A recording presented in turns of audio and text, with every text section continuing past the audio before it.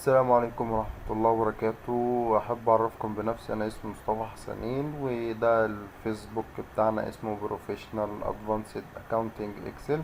ياريت تعملوا لنا إعجاب عليه على الجروب بتاعنا عشان تقدروا تشاهدوا كل الفيديوهات بتاعتنا.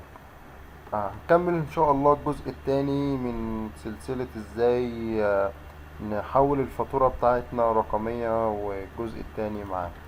طيب آسف، ده نخليها 0001 عشان دي رقم الفاتورة الأولى عندنا، ونخليها 2، نخليها 3، ونمسح الأكواد بتاعتنا ونمسح الكمية بتاعتنا الموجودة هنا.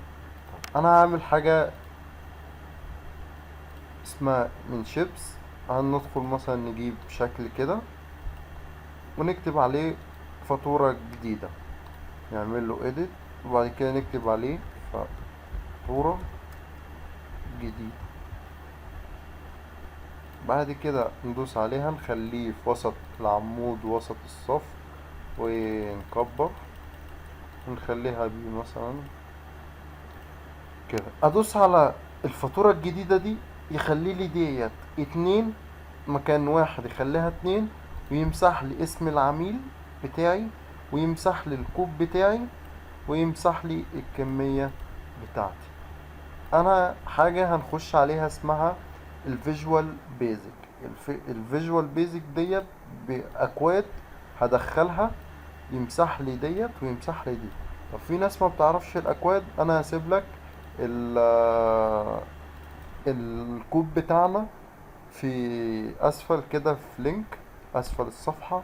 ده الكود اللي احنا هنشتغل عليه، اللي هي فاتورة جديدة، وهناخد حفظ الفاتورة كمان شوية.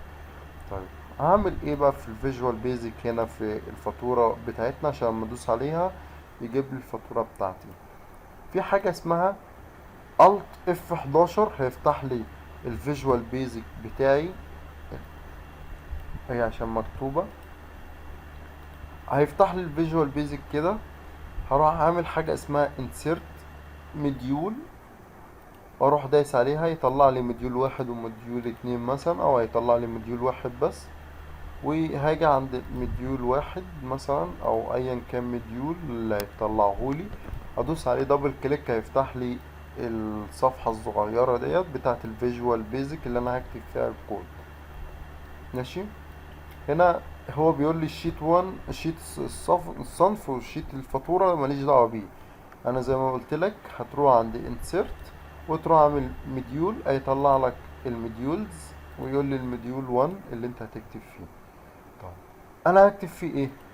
هاخد دي كوبي عشان ما نضيعش وقت، ونيجي عند الفيجوال بيزك في الاكسل، في الفيجوال بيزك اللي انا هحط فيها، كنترول في، واروح ايه، دايس انتر، اسف، ودايس انتر، هيطلع لي كده.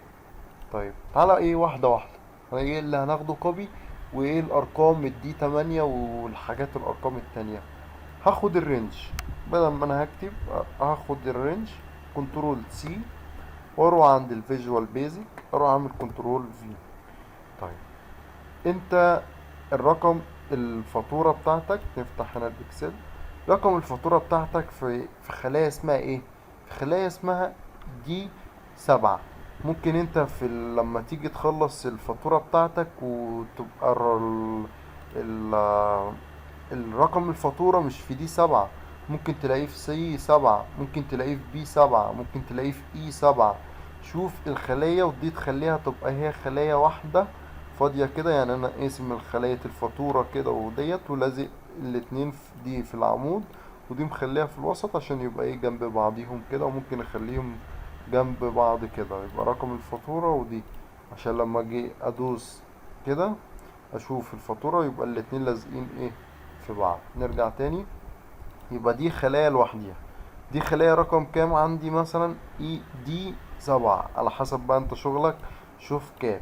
يبقى انا هنا في الرينج بتاعي هفتح القوس بتاعي، اسف، هفتح القوس بتاعي واعمل علامة تنصيص، واكتب دي 7، واقفل علامة التنصيص بتاعتي، واقفل القوس بتاعي. طيب باقي الكود بيقول لي ايه؟ بيقول لي حط دوت فاليو. ماشي دوت فاليو الرينج. يبقى انا هاخد كده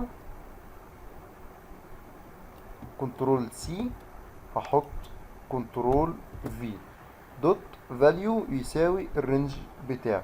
طب الرينج بتاعي كام؟ مش انا كتبت هنا المعادلة بتاعتي دي 7، يبقى انا هروح اعمل الرينج بتاعي، افتح القوس بتاعي واكتب بعلامة تنصيص دي 7 واقفل ايه القوس بتاعي عشان رقم الخلايا هنا منساش علامة التنصيص.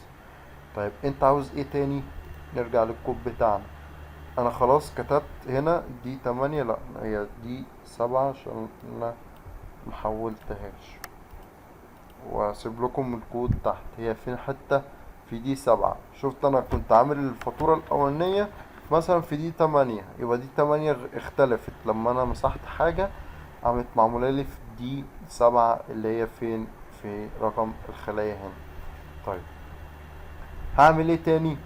خلاص انا كتبت دي، اروح قايل له فاليو زائد واحد، يعني زود لي على الرينج الفاتورة بتاعتي اللي هنا زائد فاليو، يعني زود لي واحد على الفاليو اللي هنا. واقول له ايه؟ اوكي. اخد من اول فاليو كده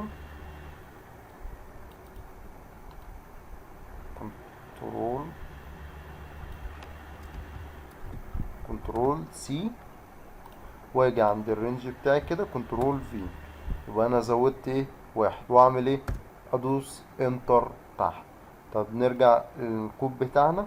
كلير يعني انا همسح حاجات، مش انا قلت لك ان احنا هنمسح الكود، خانة الكود دي كلها هتتمسح، هيلغيلي. لو زي ما احنا مسحنا الواحد كده وعملت له ديليت قام ايه الغالي.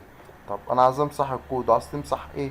عايز امسح الكمية. لما اجي ادوس فاتورة جديدة يمسح لي الكود ويمسح لي الكمية. طب وايه تاني؟ يمسح لي السيد مصطفى، يبقى انا هنا السيد وهنا مصطفى دي لوحديها عشان يتمسحها لي. يبقى هنا ايه؟ من اول بي 5 لاف 5، يبقى انا هرجع هنا من اول بي 5 لاف 5 واخد الرينج بتاعي كده كنترول سي، واعمل كده كنترول في. هنا بي 5 لاف 5 على 200 تنصيص. انا هنا خدت ليه بناء على ايه بي 5 اف 5؟ اللي هي بناء اللي هتتمسح لي مصطفى حسنين من اول العمود بي 5 لغاية العمود اف 5، كل ده مسحولي. ماشي، انا خدت بناء على كده. انت بقى على حسب، ممكن تبقى انت مثلا عامل من اول سي لغاية اف، ممكن تبقى عامل من سي لاتش، من سي لام، من بي لام. انت بقى وعاوز تمسح ايه كليك. ممكن تبقى مزود مثلا عاوز تمسح معاهم التاريخ، تبقى تعمل حاجة اسمها رينج كلير، وتغير بدل بي 5 تخليها بي 6 واف 6. يعني هدوس هنا انتر واعمل كنترول في واغير مثلا دي بي 5 وبي 6، نفس الحكاية برضك اللي انت عايز تمسحه هتعمل معاه الرينج كده. عشان ما نضيعش وقت نخش في المهم بتاعنا اللي احنا عاوزين نمسحه. انا خلاص ايه مسحت ده. عاوز تمسح ايه يا عم الحاج التاني؟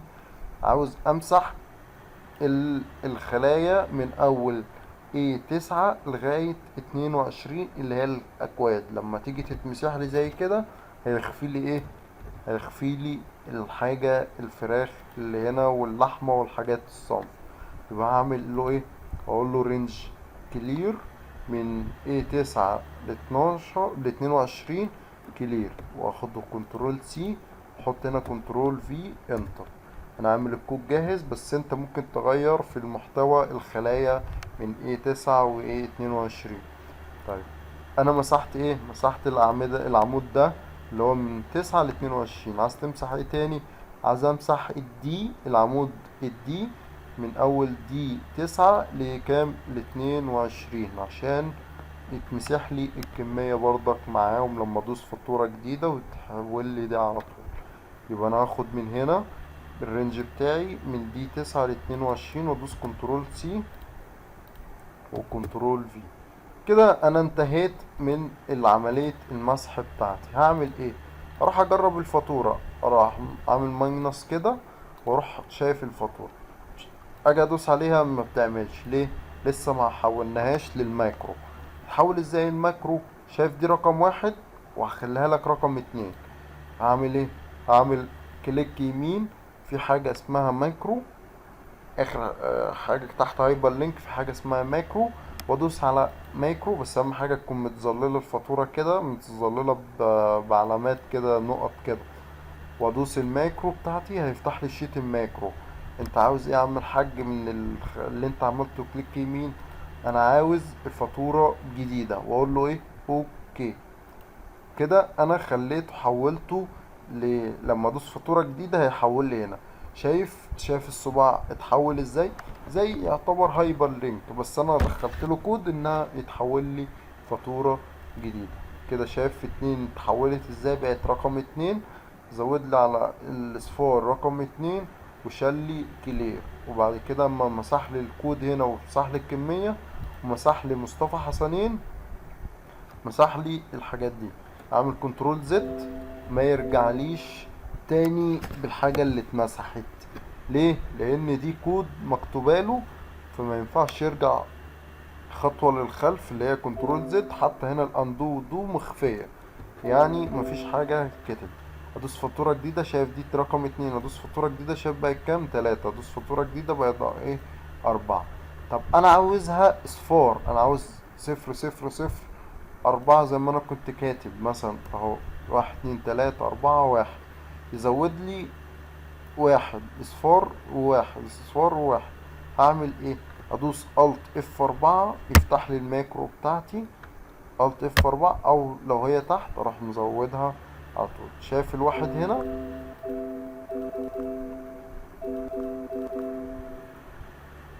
الجهاز بس مهنك شوية.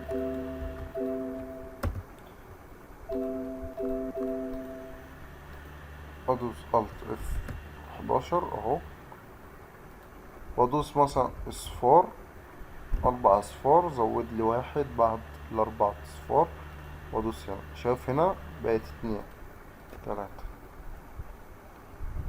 يعني خليها الفواتير كده بس لغاية لما نشوف لها حل بتاعت الأصفار. واحد اتنين تلاتة أربعة.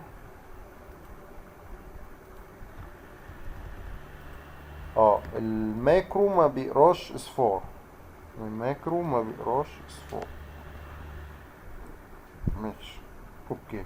طب هي خليها واحد كده والفواتير بتترقم معايا. واحد اتنين تلاتة أربعة، وبقت أربعة. أدوس على في رقم الفاتورة بقت خمسة ستة سبعة. طيب إن شاء الله هنخش في الجزء الثالث اللي هي مرحلة الحفظ. وإن شاء الله تخش على الجزء الثالث عشان تعرفوا ازاي تحفظوا الفاتورة وتعملوا فاتورة جديدة تقلب سبعة معانا.